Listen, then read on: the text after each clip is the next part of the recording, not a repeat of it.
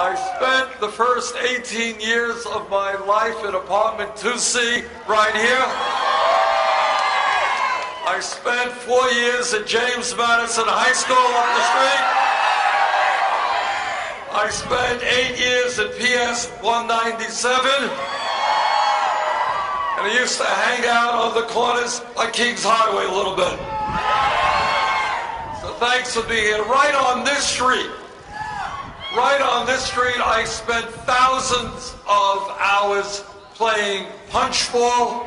Do they still play punchball? All right. Played football. We played box ball, although the sidewalks look a little bit better than they did. We used to have sewers around here where we played marbles. And if you got the marble going down the hole in the middle, you got 10 marbles back. So this was a great community to grow up in. And I thank all of you for being here today. When I lived here, a lot of the folks, I don't know if they still are or not, these were rent-controlled apartments. Are they still? Anyone know that? Okay. So a lot of rent-controlled apartments and a lot of folks who did not have a lot of money. So growing up here, I learned the major lesson that I've ever learned in my life about economics, and that there are millions of families in America today who struggle every single day to take care of their families. And our job in this campaign is to create an economy that works for all of us, not just the 1%.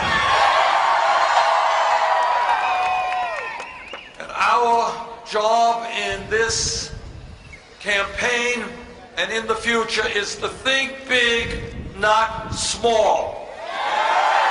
To think about what we can accomplish as a people, not what we cannot accomplish. What we can accomplish is to end this disgrace where the top 1/10 of 1% now owns almost as much wealth as the bottom 90%. Unacceptable. What we can end is an economy where many of our people are working 2 or 3 jobs just to survive and get the health care and income they need, and yet 58% of all new income goes to the top 1%. Unacceptable. And what we can do is to end a campaign finance system which is corrupt, which allows billionaires to buy elections. Unacceptable to me. And what we can end is a broken criminal justice system. This great country of ours should not be having more people in jail than any other country on earth. Our kids should not be dealing with high rates of unemployment. They should have jobs, they should have education, not jail cells. What we have got to deal with is a nation in which millions of our people are working for wages that are just too low, and I'm glad to have helped lead the effort in this country for a $15 minimum wage. And when we talk about equitable wages, the fight continues for women not to be earning 79 cents on the dollar. And when we talk about where we go as a nation, when I was growing up here, many people who had high school degrees were able to go out and get good paying jobs. They were able to make it into the middle class. But you know what? The world has changed over the last 50 years. And in many respects, a college degree today is the equivalent of what a high school degree was 50 years ago when I lived here. And that is why we have got to make public colleges and universities tuition free. And I do not want to continue seeing so many of our people graduating school in $30,000, $50,000, $100,000 in debt and spending decades of their lives paying off that debt. We're going to allow people who have student debt to refinance that debt at the lowest interest rates they can find. When we talk about the future of this country, let me tell you, I was in Flint, Michigan about 6 weeks ago or so. And what I saw in Flint, Michigan, where children were being poisoned by a water system in which lead was very, very present and impacting and causing brain damage for little kids. In America today, we have got to rebuild our crumbling infrastructure, our water systems, our wastewater plants, our bridges, our roads, and we can create 13 million jobs doing that. Let me also tell you something that I know you know, but the Republican Party seems not to know, and that is climate change is real. Climate change is caused by human activity, and climate change is already causing massive damage in our country and around the world.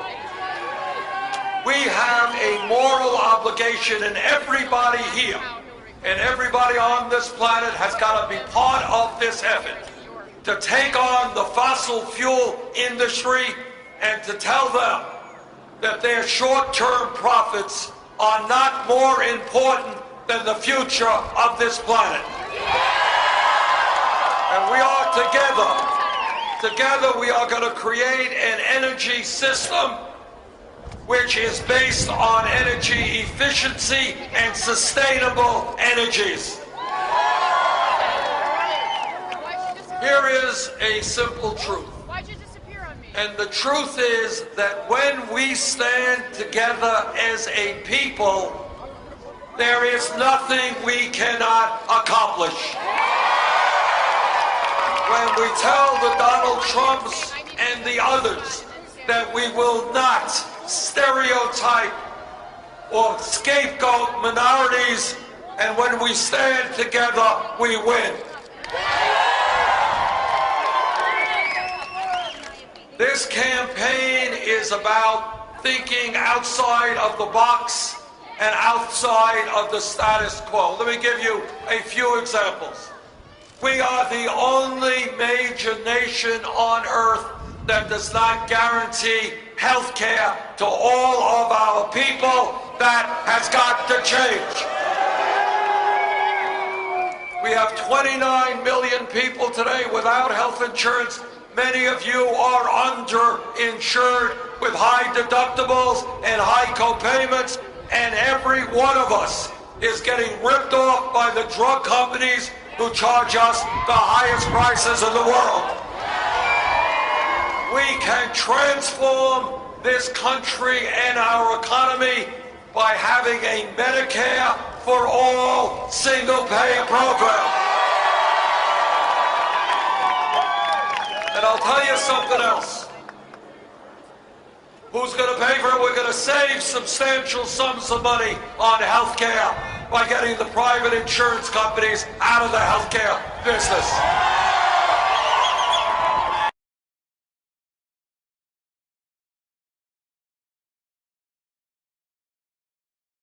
Not throughout our history, from the top on down, it always comes from the bottom on up.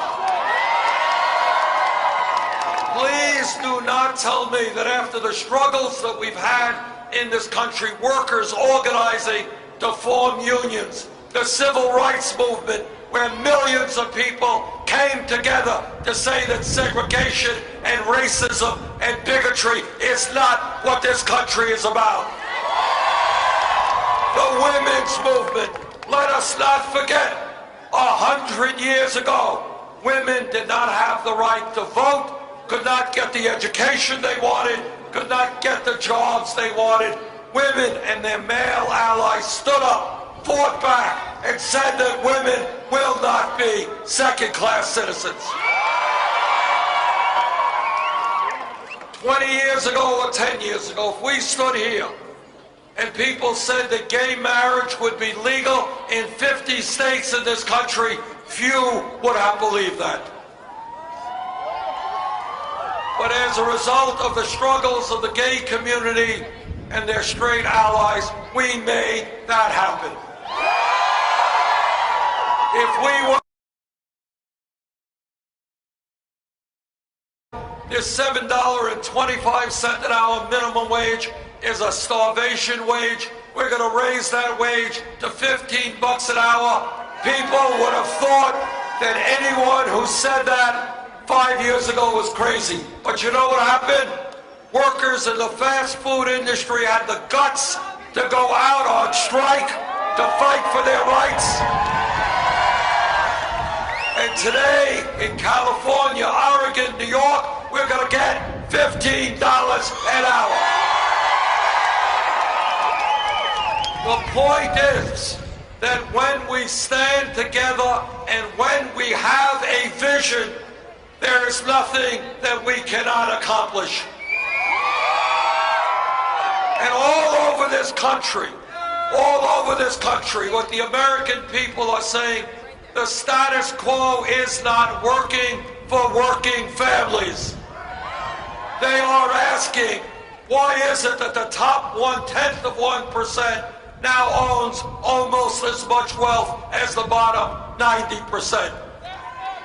They are asking, why is it that the middle class is declining and 58% of all new income generated goes to the top 1%? They are asking, why is it that in our country we're the only major country not to provide paid family and medical leave? The only major country not to guarantee health care to all people as a right. The country in the world that has more people in jail and the highest rate of childhood poverty of any major country on earth. Brothers and sisters, I grew up in this community and I remember it very well. And I know that from this community and from all over this state and all over this country, there is a movement developing which says it is too late for establishment politics and establishment economics. And millions of people are saying, no, it shouldn't be Wall Street or the drug companies and their money which determine what's going on in Washington. People want a government which represents all of us, not just the 1%.